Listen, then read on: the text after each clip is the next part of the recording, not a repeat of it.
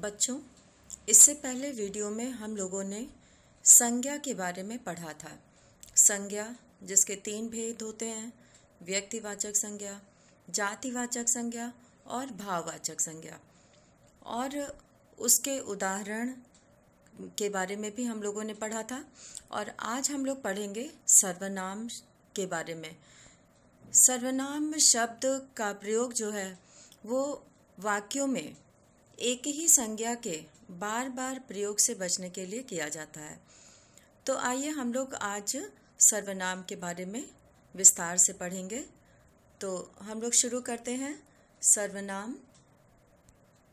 और सर्वनाम के बारे में हम लोग उसके भेद और उसके उदाहरण के बारे में भी पढ़ेंगे। तो बच्चों, निम्नलिखित अनुच्छेद को ध्यानपूर्वक पढ़िए। जतिन महान क्रांतिकारी तो थे ही, जतिन बहुमुखी प्रतिभा के धनी भी थे। अंग्रेजी और बांग्ला भाषा पर जतिन का अच्छा अधिकार था। जतिन दोनों भाषाओं में लिखते थे। जतिन के लेख युगांतर पत्रिका में प्रकाशित होते थे। जतिन के विचार बड़े प्रगतिशील थे और जतिन रूढ़ियों तथा विकृत परंपराओं का खुलकर विरोध करते थे। इसी कारण साहित्यकारों में जतिन की बड़ी प्रसिद्धि थी। क्रांतिकारी साथी तो जतिन के प्रति भक्ति भाव रखते ही थे।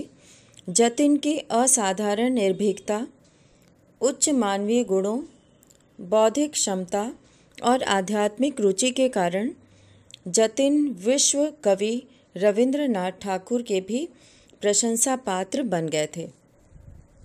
तो आपने ध्यान दिया होगा कि उपर्युक्त अनुच्छेद में जतिन का नाम बार बार आने से भाषा अटपटी हो गई है। इस अनुच्छेद को यदि इस प्रकार लिखा जाए कि जतिन महान क्रांतिकारी तो थे ही, वे बहुमुखी प्रतिभा के धनी भी थे।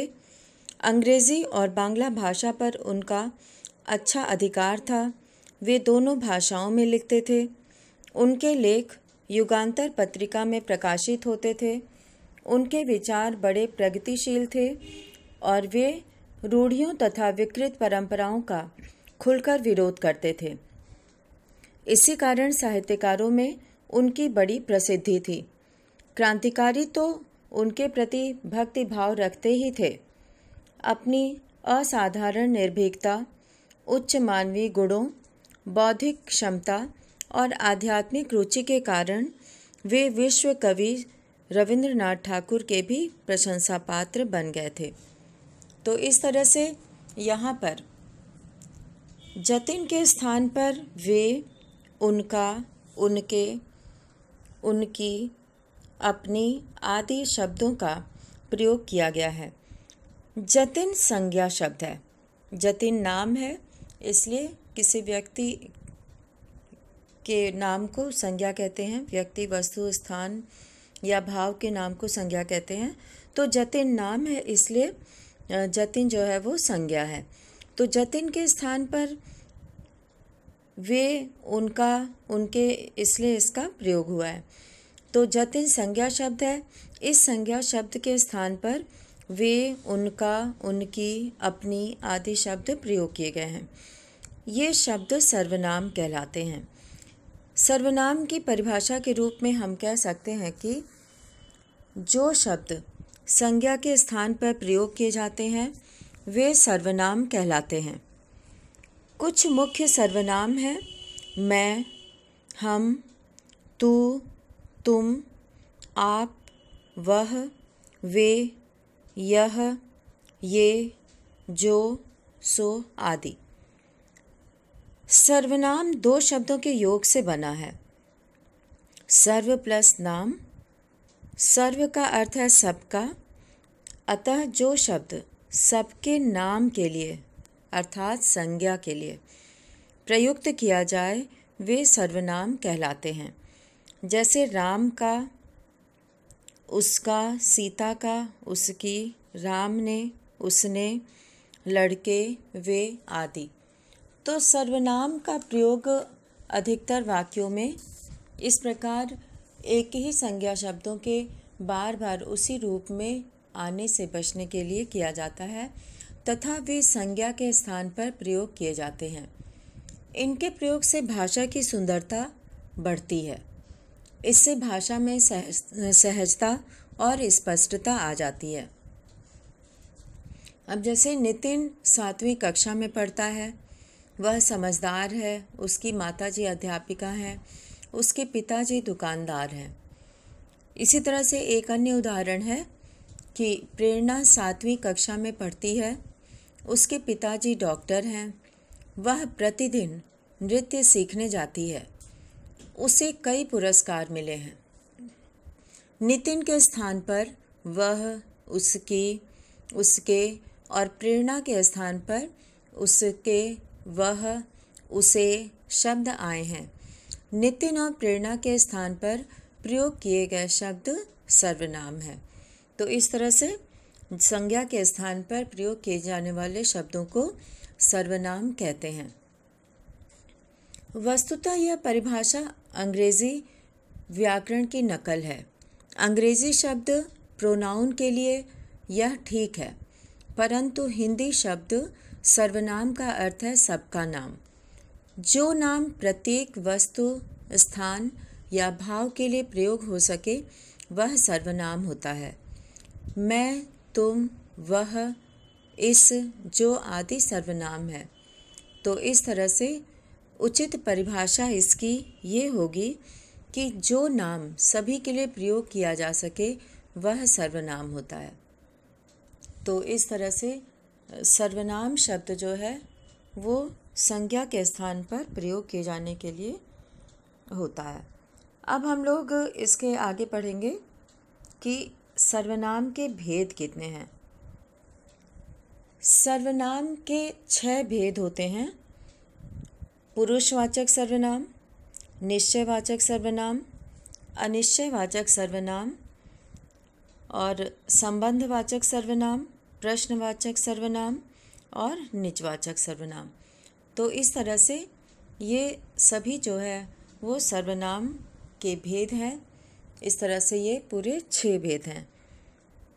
तो इन भेदों को समझने के लिए हमें एक एक भेद के बारे में जानना आवश्यक है। तो सबसे पहले हम लोग जानेंगे पुरुषवाचक सर्वनाम क्या होता है। तो पुरुषवाचक सर्वनाम,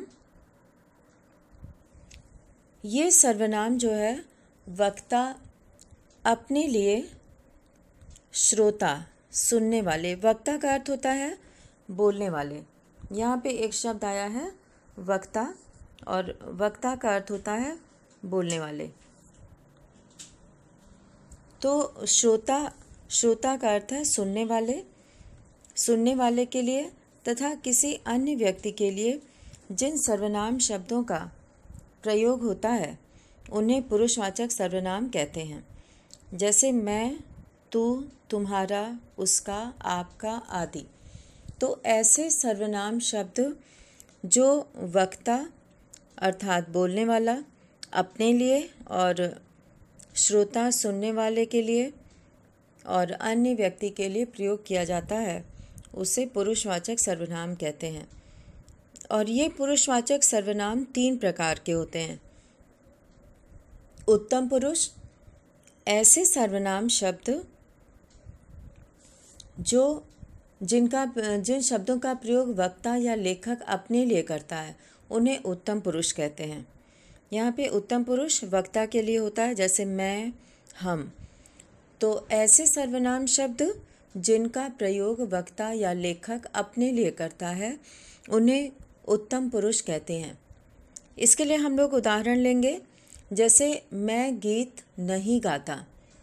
यहाँ पे मैं जो है वो उत्तम पुरुष वाचक है। तो उत्तम पुरुष का सर्वनाम जो है वो मैं है। यहाँ पर मैं गीत नहीं गाता। और दूसरा उदाहरण है इसका कि मेरी बात उन तक पहुँचा दो। यहाँ पे मेरी मेरी शब्द जो है वो उत्तम पुरुष का है और यहाँ पे पुरुषवाचक सर्वनाम में उत्तम पुरुष में ये आता है। तो मेरी बात उन तक पहुँचा दो और हम पहुँच जाएंगे। हम यहाँ पे जो है उत्तम पुरुष का है, तो हम पहुँच जाएंगे और हमारा कहना ही बहुत है। ये वाक्य उदाहरण है उत्तम पुरुष का, हमारा कहना ही बहुत है। तो इन वाक्यों में मैं, मेरी, हम एवं हमारा उत्तम पुरुष है। तो इस तरह से उत्तम पुरुष में वक्ता अपने लिए जिन शब्दों का प्रयोग करता है वो पुरुषवाचक सर्वनाम में और उत्तम पुरुष में आते हैं। अब हम लोग देखेंगे मध्यम पुरुष। तो मध्यम पुरुष में श्रोता के लिए, अर्थात जैसे जो सुनने वाला है, हम बोल रहे हैं और बाकी सुन रहे हैं। जैसे यहाँ पर इस समय हम आप लोग को समझा रहे हैं, हम बोल रहे हैं और आप लोग सुन रहे हैं। तो हम जो है, मैं वक्ता हूँ और आप लोग जो सुन रहे हैं वो श्रोता हैं। तो श्रोता सुनने वाले को कहते हैं और वक्ता बोलने वाले को कहते हैं। और अन्य में वो आते हैं जो जिनके बारे में बात होती है या जिनके बारे में कुछ कहा जा रहा है। तो अब हम लोग मध्यम पुरुष को समझेंगे कि मध्यम पुरुष क्या है। तो मध्यम पुरुष ऐसे सर्वनाम शब्द जिनका प्रयोग सुनने वाले के लिए किया जाता है मध्यम पुरुष कहलाते हैं। जैसे तू कब चलेगी, यहाँ पे तू, तुम, आप, ये सारे शब्द जो है वो मध्यम पुरुष के हैं। तो एक वाक्य है तू कब चलेगी, यहाँ पे तू शब्द जो है वो मध्यम पुरुष का है। और दूसरा वाक्य है उदाहरण कि आप कहेंगे तो बताऊंगा। तो यहाँ पे आप शब्द जो है वो मध्यम पुरुष का है। और तुमने ध्यान दिया था, यहाँ पे तुमने शब्द जो है वो मध्यम पुरुष का है और श्रोता के लिए प्रयोग किया गया है। और सौम्या तुम्हारी तरह नहीं है, तो यहाँ सौम्या तुम्हारी शब्द जो है वो मध्यम पुरुष के लिए है और यहाँ पे श्रोता के लिए प्रयोग है। तो इन वाक्यों में तू, तुमने, आप और तुम्हारी मध्यम पुरुष हैं। तो इस तरह से श्रोता के लिए जो शब्द प्रयोग किए जाते हैं, तू, तुम, आप, तुम्हारी, तुमने, ये सारे शब्द जो है वो मध्यम पुरुष के हैं। तो जहाँ पे इनका प्रयोग होता है वो पुरुषवाचक सर्वनाम कहलाते हैं। अब इसमें तीसरा है अन्य के लिए, अन्य पुरुष। जो अन्य के लिए यह, ये, वह, वे आदि जो है उसके लिए प्रयोग किए जाते हैं। अन्य पुरुष ऐसे सर्वनाम शब्द जिनका प्रयोग किसी अन्य व्यक्ति के लिए किया जाता है, तो उन्हें अन्य पुरुष कहते हैं। अब यहाँ पे हम लोग कुछ वाक्य उदाहरण के रूप में लेंगे, सभी लोग ध्यान से सुनेंगे इसे। तो इसमें पहला वाक्य है कि वह क्या बता रही थी, वह क्या बता रही थी। और यहाँ पे वह शब्द जो है वो अन्य पुरुष वाचक है, तो यहाँ पे ये सर्वनाम शब्द है। और उसने नृत्य नहीं किया, तो यहाँ पे उसने शब्द जो है वो अन्य पुरुष है। और उसे यहीं बुला लाओ, और उसे यहाँ पे जो है वो अन्य पुरुष है। और उन्होंने समय पर कार्य किया, तो उन्होंने शब्द जो है वो अन्य पुरुष का उदाहरण है। तो इस तरह से जो दूसरों के लिए प्रयोग किए जाते हैं, अन्य व्यक्ति के लिए प्रयोग किए जाते हैं, वे अन्य पुरुष कहलाते हैं। तो इन वाक्यों में अभी जो हम लोगों ने सुना कि वह क्या बता रही थी, उसे यहीं बुला लाओ, उसने नृत्य नहीं किया, उन्होंने समय पर कार्य किया। तो इन वाक्यों में वह, उसने, उसे और उन्होंने अन्य पुरुष हैं। तो इस तरह से हम लोगों ने पुरुषवाचक सर्वनाम में 3 पुरुष होते हैं, उत्तम पुरुष, मध्यम पुरुष और अन्य पुरुष। और तीनों का प्रयोग अलग अलग है। जैसे उत्तम पुरुष मैं के लिए होता है, वक्ता के लिए होता है, बोलने वाले के लिए होता है, मैं और हम। और मध्यम पुरुष श्रोता अर्थात सुनने वाले के लिए होता है, तू, तुम, आप। ये शब्द प्रयोग होते हैं। और अन्य पुरुष जो है वो किसी अन्य व्यक्ति के लिए प्रयोग किया जाता है, जैसे वह, वे, यह, वे आदि। तो इस तरह से ये अन्य पुरुष हैं। तो अब हम लोग आगे पढ़ेंगे कि आइए पहचान करें कि कैसे हम पहचानेंगे। तो यहाँ पर एक अनुच्छेद दिया गया है, उसे सभी ध्यान से सुनेंगे और पढ़ेंगे। आरती ने कहा, मैं कल विद्यालय जाऊंगी तो नेहा की पुस्तक भी लेती आऊंगी। राम ने कहा, हाँ, वह मुझसे उस पुस्तक के लिए कह रही थी। उसने यह भी कहा था कि हमारी अध्यापिका वही पुस्तक पढ़ाएंगी। तुम उसकी पुस्तक अवश्य ले आना। तो यहाँ पे ये अनुच्छेद है जिसमें तीनों प्रकार के पुरुषवाचक सर्वनाम का प्रयोग है, तीनों पुरुष का प्रयोग है। तो यहाँ पर सबसे पहले हम लोग उत्तम पुरुष के शब्दों को देखेंगे। तो इसमें मैं, मुझसे, हमारी, ये उत्तम पुरुष के शब्द हैं। और मध्यम पुरुष के लिए तुम का प्रयोग उसमें हुआ है कि तुम उसकी पुस्तक अवश्य ले आना। तो अन्य पुरुष है यहाँ पर वह, उसने, उसकी। तो इस प्रकार इस अनुच्छेद में तीनों प्रकार के पुरुषवाचक शब्दों का प्रयोग हुआ है, जिसमें मैं, मुझसे, हमारी ये वक्ता के लिए है, और तुम शब्द श्रोता के लिए है, और वह, उसने, उसकी शब्द अन्य पुरुष के लिए है।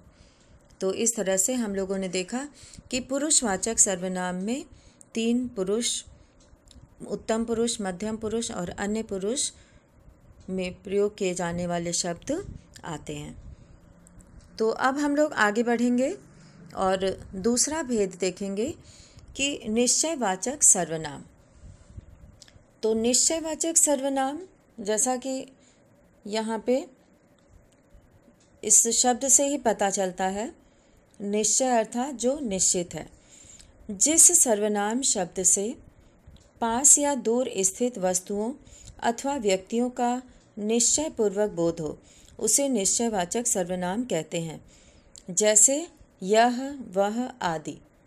उदाहरण के लिए, वह मेरा घर है, यह रमा की पुस्तक है, और वे मेरे भाई बहन हैं। तो इस तरह से ये उदाहरण दिया गया है। इसमें वह, यह, वे, ये सब निश्चयवाचक सर्वनाम के प्रयोग हुए हैं यहाँ पर, और ये निश्चयवाचक सर्वनाम का शब्द है, उदाहरण है। तो इस तरह से निश्चयवाचक सर्वनाम में हम लोग ये उदाहरण देखें कि ऐसे सर्वनाम शब्द जिनका प्रयोग किसी निश्चित वस्तु या प्राणी के लिए किया जाता है, निश्चयवाचक सर्वनाम कहलाते हैं। इसका और भी उदाहरण हो सकता है, जैसे यह नहीं, वह दो, इसे बिठा दो, उसे बुला कर लाओ, इसने शोर मचाया था। तो इस तरह से यह, वह, इसे, उसे और इसने निश्चयवाचक सर्वनाम है। अब हम लोग यहाँ पर आगे पढ़ेंगे अनिश्चयवाचक सर्वनाम। तो अनिश्चयवाचक सर्वनाम वे ऐसे सर्वनाम शब्द जिनसे वस्तुओं या प्राणियों के निश्चित होने का पता नहीं चलता, उन्हें निश्चयवाचक सर्वनाम कहते हैं। तो यहाँ पे उदाहरण भी दिया गया है कि सबसे पहले अनिश्चयवाचक सर्वनाम की जिसका निश्चित वस्तु या व्यक्ति का बोध नहीं होता है। इसमें जिन सर्वनाम शब्दों से किसी निश्चित वस्तु अथवा व्यक्ति का बोध न हो, उन्हें अनिश्चयवाचक सर्वनाम कहते हैं, जैसे कोई, कुछ आदि। उदाहरण के लिए, दरवाजे पर कोई है। तो यहाँ पे कोई शब्द यानी कि पता नहीं है कि वो कौन है, इसलिए कोई शब्द जो है यहाँ पर अनिश्चित वाचक जो है वो सर्वनाम का उदाहरण है। अब इसके बाद दूसरा उदाहरण है बाज़ार से कुछ लेते आना। तो यहाँ पे बाज़ार से कुछ लेते आना कुछ शब्द जो है वो अनिश्चित वस्तु का बोध करा रहा है, तो ये अनिश्चयवाचक सर्वनाम है। अब इसके बाद अगला शब्द है ग, किसी से न कहना। यहाँ पे किसी से, तो किसी से शब्द जो है वो अनिश्चित व्यक्ति है, यानी कि पता नहीं है कि वो कौन सा व्यक्ति है, तो वो अनिश्चित शब्द है। तो अनिश्चितवाचक सर्वनाम का ये उदाहरण है। तो इन वाक्यों में कोई, कुछ तथा किसी सर्वनाम शब्द किसी निश्चित वस्तु या व्यक्ति की ओर संकेत नहीं करते, अतः ये अनिश्चयवाचक सर्वनाम है। तो इस तरह से हम कह सकते हैं कि जहाँ किसी निश्चित प्राणी या वस्तु का पता नहीं चलता है वो अनिश्चयवाचक सर्वनाम होता है। जैसे कोई चल रहा था, कुछ गिर गया है, तो इस तरह से कोई और कुछ शब्द जो है वो अनिश्चयवाचक सर्वनाम है। अब हम लोग देखेंगे यहाँ पे चौथा सर्वनाम शब्द है संबंधवाचक सर्वनाम। तो संबंधवाचक सर्वनाम, जो सर्वनाम शब्द वाक्यों का संबंध दूसरे सर्वनाम से बताएं, उन्हें संबंधवाचक सर्वनाम कहते हैं। जैसे जो, सो, जैसा, वैसा आदि। तो ऐसे सर्वनाम शब्द जिनका प्रयोग वाक्य में एक दूसरे के साथ संबंध बताने के लिए किया जाता है, उन्हें संबंधवाचक सर्वनाम कहते हैं। अब इसके लिए यहाँ पे उदाहरण दिया गया है, जैसा करोगे वैसा भरोगे। यहाँ पे, और जो डर गया सो मर गया, और जिसकी लाठी उसकी भैंस, और जो यहाँ आया था वह चला गया। तो उपर्युक्त वाक्यों में रंगीन अक्षरों में छपे शब्द दो सर्वनामों का संबंध जोड़ रहे हैं, अतः ये सभी संबंधवाचक सर्वनाम हैं। जैसे यहाँ पे हम कह सकते हैं कि जैसा करोगे वैसा भरोगे। यहाँ पे जैसा और वैसा ये दोनों एक दूसरे से संबंध बता रहे हैं, जैसा वैसा, इसलिए यह संबंधवाचक सर्वनाम है। इसी तरह से जो, सो, यहाँ पे जो और सो ये जो है एक दूसरे से संबंध बता रहे हैं। जो डर गया सो मर गया, ये वाक्य एक दूसरे के बिना अधूरे हैं। ये वाक्यांश जो है, जो डर गया, केवल हम इतना ही बोलेंगे तो अर्थ समझ में नहीं आएगा, और हम पूरा बोलेंगे सो मर गया तो इसका अर्थ समझ में आएगा, वाक्य का ये सार्थक वाक्य कहलाएगा। जो डर गया सो मर गया, तो ये एक दूसरे से संबंध रखते हैं, इसीलिए इसे संबंधवाचक सर्वनाम कहते हैं। अब इसी तरह से तीसरे वाले उदाहरण में जिसकी लाठी उसकी भैंस, यहाँ जिसकी और उसकी, यहाँ पे जिसकी और उसकी ये दोनों का संबंध है। जिसकी लाठी, अगर हम केवल इतना ही बोलते हैं उसकी भैंस, तो दोनों का अलग अलग अर्थ समझ में नहीं आता। तो जिसकी लाठी उसकी भैंस, यहाँ जिसकी उसकी, ये दोनों का संबंध है, तो यहाँ पे संबंधवाचक सर्वनाम है। और इसी तरह से जो डर गया, जो यहाँ आया था वह चला गया, यानी कि जो, वह, तो ये दोनों जो है एक दूसरे से संबंध दिखाते हैं, संबंध बताते हैं, इसलिए ये दोनों संबंधवाचक सर्वनाम का उदाहरण है।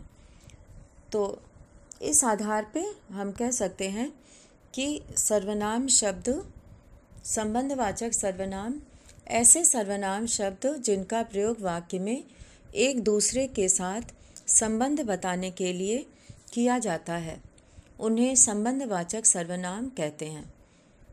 जैसे और भी उदाहरण है इसके, जिससे कि संबंधवाचक सर्वनाम को समझने में आसानी होगी।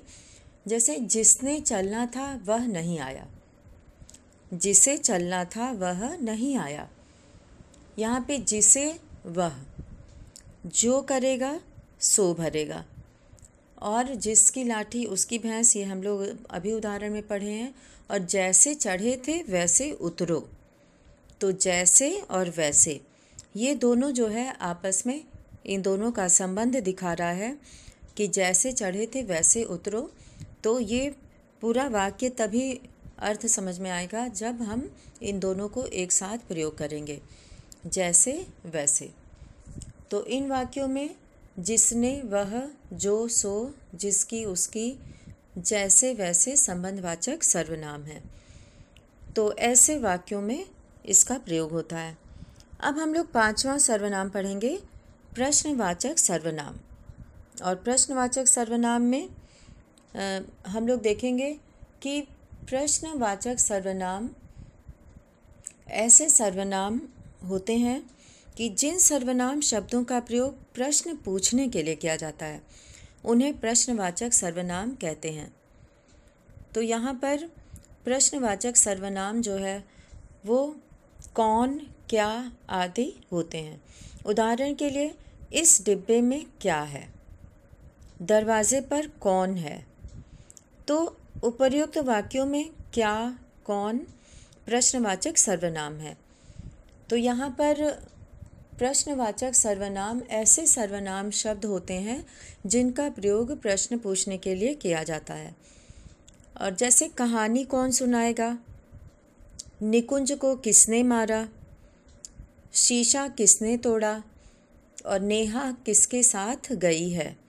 तो ये यहाँ पे सभी प्रश्न पूछा जा रहा है, क्या, कौन और किसने, किसके, कौन, ये सारे शब्द जो है वो प्रश्नवाचक सर्वनाम हैं।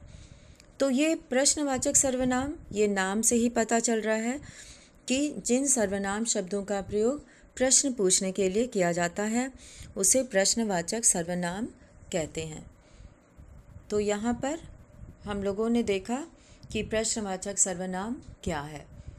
अब हम लोग सर्वनाम के भेदों में अंतिम भेद पढ़ेंगे, निजवाचक सर्वनाम। तो निजवाचक सर्वनाम, निज का अर्थ होता है अपना। तो ऐसे सर्वनाम शब्द जिनका प्रयोग बोलने वाला अपने लिए करता है उन्हें निजवाचक सर्वनाम कहते हैं।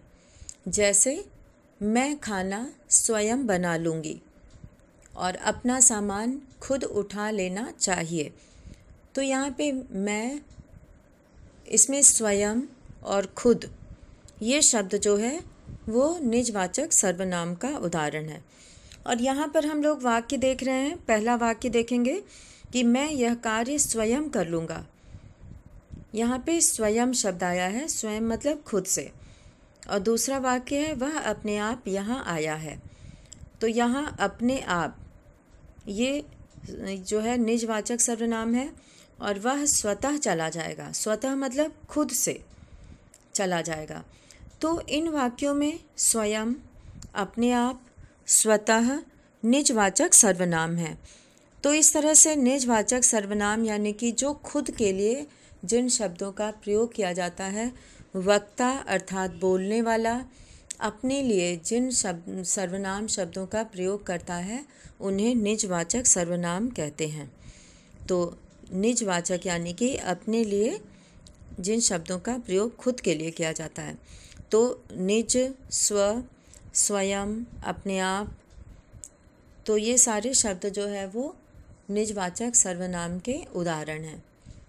तो इस तरह से हम लोगों ने देखा कि निजवाचक सर्वनाम के लिए कौन कौन से शब्दों का प्रयोग होता है। तो यहाँ पे हम लोगों ने, अब आइए देखें कि हमने क्या सीखा। अभी तक हम लोगों ने सर्वनाम की परिभाषा, उसके भेद और भेदों की परिभाषा किसे कहते हैं और उनके उदाहरण हम लोगों ने देखा। तो यहाँ पे हम लोग मुख्य बातें देखेंगे कि इस पाठ में हम लोगों ने क्या क्या सीखा।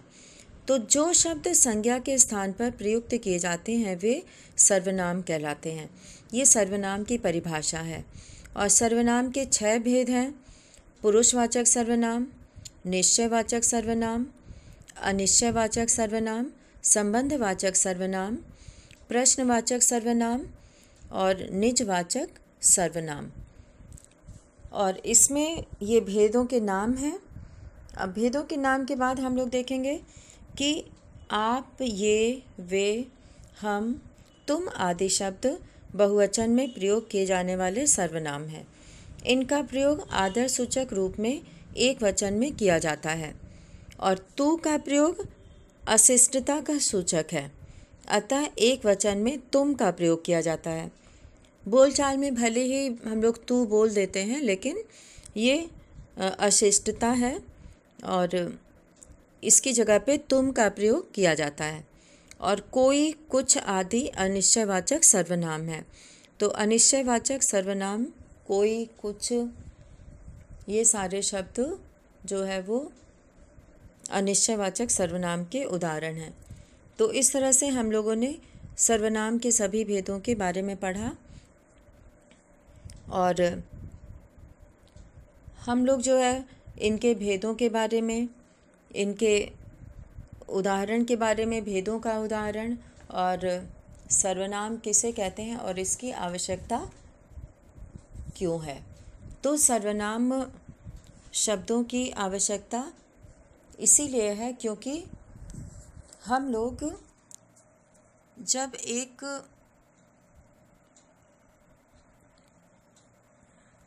तो बच्चों, हम लोगों ने इस पाठ में सर्वनाम शब्दों का प्रयोग और उसकी आवश्यकता, उसके भेद और उसके बारे में हम लोगों ने कई उदाहरण पढ़े।